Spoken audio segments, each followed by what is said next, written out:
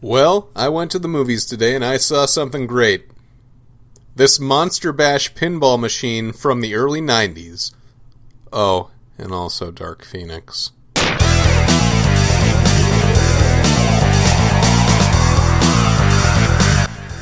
So, I've been an X-Men fan since I was a kid. It is the superhero team that got me into reading comics, mostly through the TV show. The cartoon that aired in the 90s was something that I just sort of stumbled upon and I became a big fan of, and I started getting into the comics from there. So I remember seeing the first X-Men movie all the way back in 2000. I was starting middle school then, and I'm in my early 30s now, so that is how long these movies have been going on. And for the most part, I like most of them. Even the schlocky ones are pretty watchable. And the X-Men movies kind of kicked off the renaissance of comic book movies after films like Steel and Batman and Robin left the genre circling the bottom of the toilet bowl.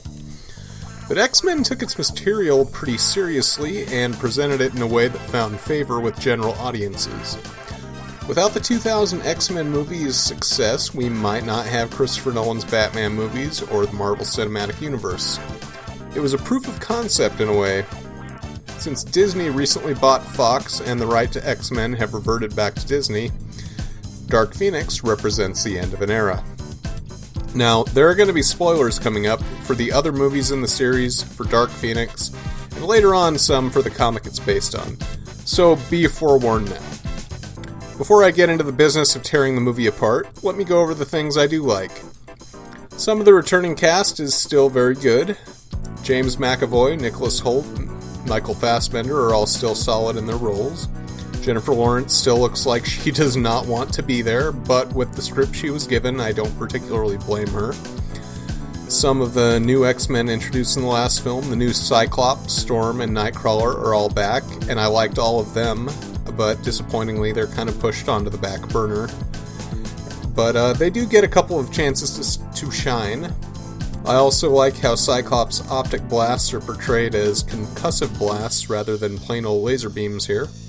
There's a good scene where Cyclops blasts the villain through a roof that I really liked, and it had quite a good impact that you actually could feel. That was one of the few moments I really thought stood out for me. Anyway, Dark Phoenix follows X-Men Apocalypse pretty loosely. I mean, it supposedly takes place in 1992, about 10 years after Apocalypse, but unlike Days of Future Past and Apocalypse, it feels like they really half-assed the amount of effort they put into making it a period piece. In some places it's pretty confusing. They throw Dazzler in, and she looks pretty much like her disco-inspired early 80s appearance, but the song she's singing sounds like generic 2019 pop you'd hear from, like, I don't know, Selena Gomez or something. I mean, I was around in 1992, and it feels like they're trying to place it in any time period but 1992. The clothing and hairstyles don't really do much to sell the idea that the film takes place then either. The only thing I notice is there are cars from the time period, and no one uses cell phones. Other than that, there's pretty much zero effort put into selling that this film takes place in 1992.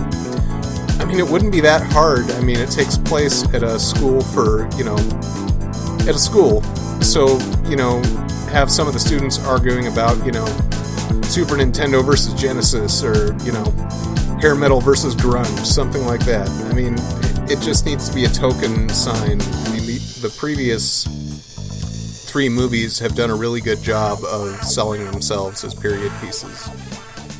It's not a big issue, I guess, in the grand scheme of things, but it's kind of a subtle warning about what's to come. That lack of effort kind of seeps into other parts of the movie as well. In particular, the screenplay. The dialogue is, with one or two exceptions, seemingly composed entirely of cliches. Now, that's not to say that's always bad, but there's nothing to break it up.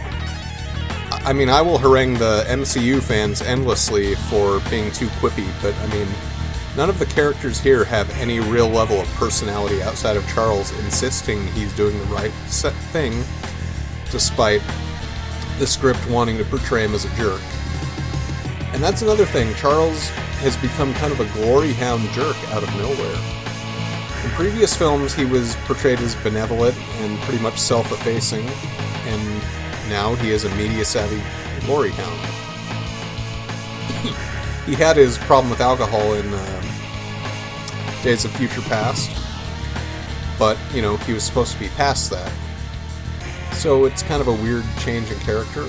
A lot can happen in a 10-year time gap, but it would help if it was foreshadowed. Speaking of, in the time gap, the President now has a phone directly to the X-Men like it's the 60s Batman TV show. Sorry, my throat is really dry.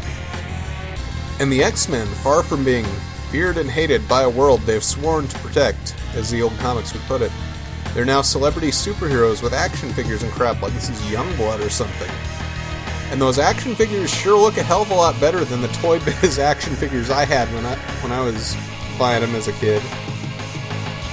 On top of all this, the film's lead really doesn't seem to be equipped to carry a film on her shoulders. With due respect to Sophie Turner, she's either too limited in range, too inexperienced to play Jean Grey, or Simon Kinberg isn't an experienced enough director to bring it out of her. I don't know who to blame, so draw your own conclusions, please. I mean, it's his first rodeo as a director, so yeah, great job handing off the franchise to a guy with 0 directing credits. And, you know, was responsible for, I think, writing and producing the 2015 Fantastic Four.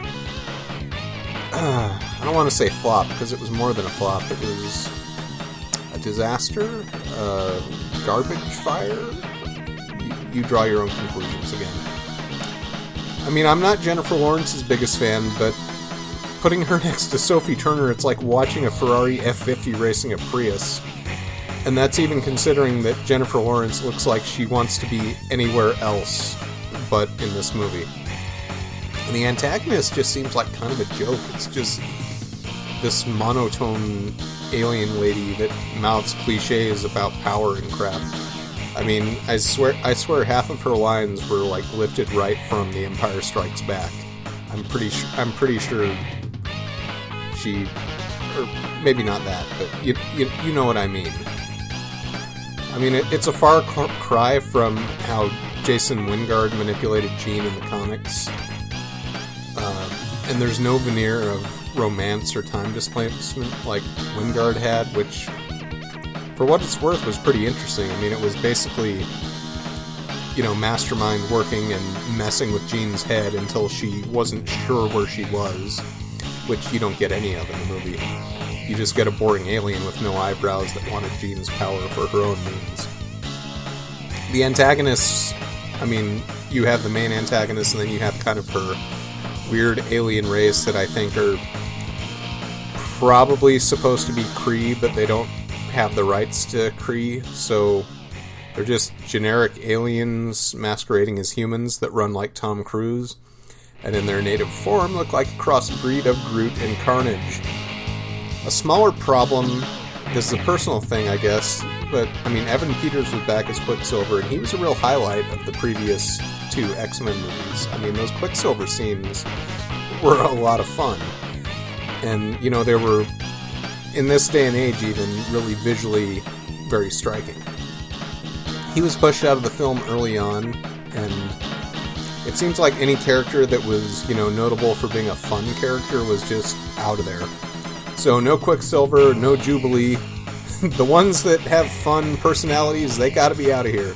The last thing we want during Dark Phoenix is anyone in the audience feeling joy. I mean, if they were trying to make a joyless slog of a movie, bravo. Anyway, if you're a fan of the comics, it doesn't take long to realize that X-Men 3, like X-Men 3 The Last Stand, this isn't really an adaptation of the Phoenix Saga, as much as it is Jean Grey apparently dies, comes back, and goes bonkers, without any of the interesting build-up to a satisfying payoff, and there's very little sense of tragedy or loss in the equation in regards to Jean, because, honestly, we don't know her that well. We have a small amount of characterization that we get from her and Cyclops in X-Men Apocalypse, but that's not the same as building a long romance between the two like it happened in the comics. And it feels like Jean and Cyclops are the same teenagers they were in the previous film, even though it's set a decade earlier.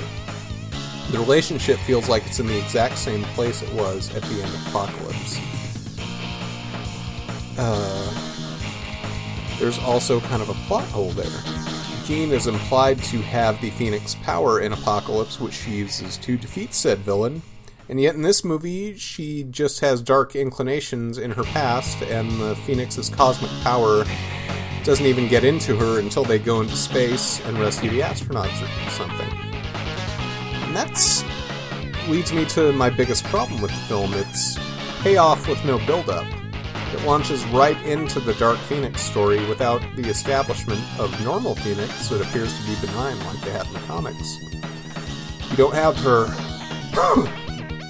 developing her relationships with her fellow X-Men that makes the Dark Phoenix saga so affecting.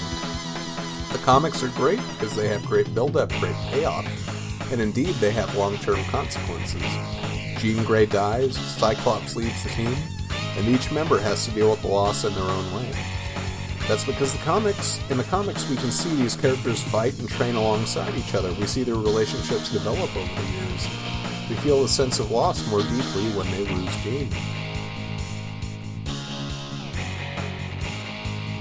Now, I am not saying that they need to directly adapt the comics or anything like that.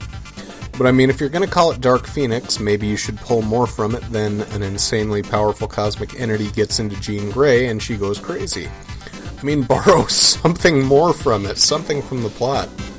There's so much they could draw from, too. I mean, in the comic, they're trying to recruit Kitty Pryde and Dazzler while the Hellfire Club interferes, and Jean is being, kind of mentally influenced to become the Black Queen of the Hellfire Club in one of their bids for power.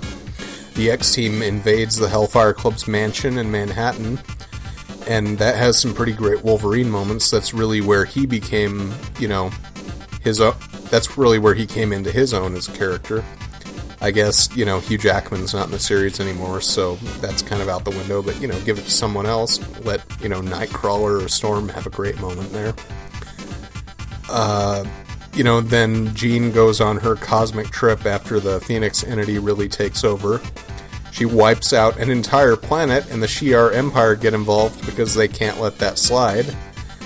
There's a lot of interesting stuff they could have drawn from, but no, for all intents and purposes, they remade X-Men The Last Stand, and even then they dropped the subplot about the mutant cure that actually makes that movie more interesting than this one.